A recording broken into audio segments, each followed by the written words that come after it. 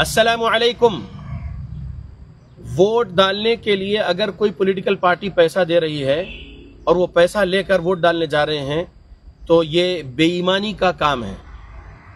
ईमानदारी से वोट डाल दीजिए। जिस भी पॉलिटिकल पार्टी को आप वोट डालना चाहते हैं, पैसा ना लीजिए। पैसा लेकर अगर वोट डालने की काम कर रहे हैं तो ये चीज़ बहुत बुरी बात है, इस्लाम की तालीमात के खिलाफ है। कॉन्स्टिट्यूशनल राइट मिला हुआ है डेमोक्रेटिक कंट्री में वोट डालना, तो आप वोट डालिए। कॉन्स्टिट्यूशनल राइट है, वोट डाल दीजिए, लेकिन आप जो है पैसा ना लीजिए। अगर आप पैसा ले रहे हैं तो वो एक किस्म की रिश्वत है। वो पैसा लेकर एक साहब ने कहा कि 2500 मिला एक फलां पॉलिटिकल पार्टी से, तो मैं 500 रुपये खैरात कर दिया, बोल रहे हैं वो साहब, और कह रहे हैं कि 2000 रुपये में मैं जो है अपने बाइक का जो है टायर चेंज कर रहा हूँ। इस तरीके से बोले, गलत है, जायज़ नहीं है इस तरीके से करना। ना लीजिए पैसे वोट डालने के। ए से जेड तक जितने भी पॉलिटिकल पार्टीज होंगे, वो अगर पैसा देना चाहते हैं तो वो रिश्वत है, वो ना लीजिए। आपका कॉन्स्टिट्यूशनल राइट है वोट डालना, डाल दीजिए। अगर कोई आम मुसल्ली पैसा ले रहे हैं किसी भी मस्जिद के, मसलन जुबली हिल्स में बाई इलेक्शन है 11 नवंबर 2025 को, और अगर वहां पर कोई पॉलिटिकल पार्टी पैसा दे रहे हैं तो वैसा लेना जायज़ नहीं है, नाजायज़ है, ना लीजिए। और ये भी सुनने में आया कि मुअज्जिन साहब को और इमाम साहब को फुला मस्जिद के जो है पैसे दे रहे हैं फुला पॉलिटिकल पार्टी, और वो ले रहे हैं ताकि लोगों को बोलने के लिए कि हाँ आप इस पार्टी को वोट करिए। जायज़ नहीं है वो इमाम साहब के लिए, वो मुअज्जिन साहब के लिए वो रिश्वत लेना, वो रिश्वत है। वो हदिये के नाम पर बोल के दे रहे हैं। नाजायज़ काम करने के लिए हदिया ले सकते, नऊज़ बिल्लाह, नाजायज़ काम करना ही नहीं है।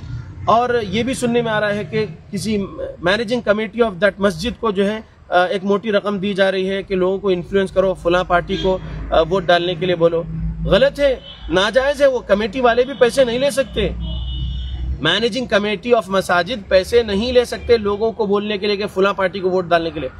लोगों का खुद का वोट उनकी मर्जी से वो किसी भी पार्टी को डालें, पैसे नहीं ले सकते। अगर कोई ले लिए मस्जिद की मैनेजिंग कमेटी वाले एक मोटी रकम किसी भी पॉलिटिकल पार्टी से, तो वो पैसे सिर्फ और सिर्फ मस्जिद के बैतुल खला धोने के लिए जो एसिड इस्तेमाल होता है उसमें इस्तेमाल कर सकते हैं। मस्जिद की इलेक्ट्रिक बिल भी नहीं पे कर सकते उन पैसों से, क्योंकि वो रिश्वत है। रिश्वत हराम है हमारे लिए, हम नहीं ले सकते। तो मुअज्जिन साहिब, इमाम साहिब या फिर कोई और साहिब अगर ले रहे हैं पैसे तो ये ठीक नहीं है, नहीं लेना चाहिए।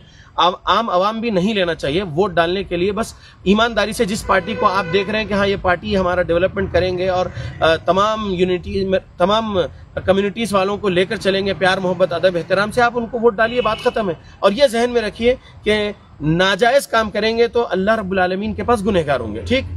बोगस वोटिंग के बारे में भी सवाल आया है। अल्लाह से डर जाएं वो बहनें, वो भाई। आपके वालिद का जो नाम आपके आधार कार्ड में है, किसी और के उस पर अगर आप जो है डालते हैं तो कैसा?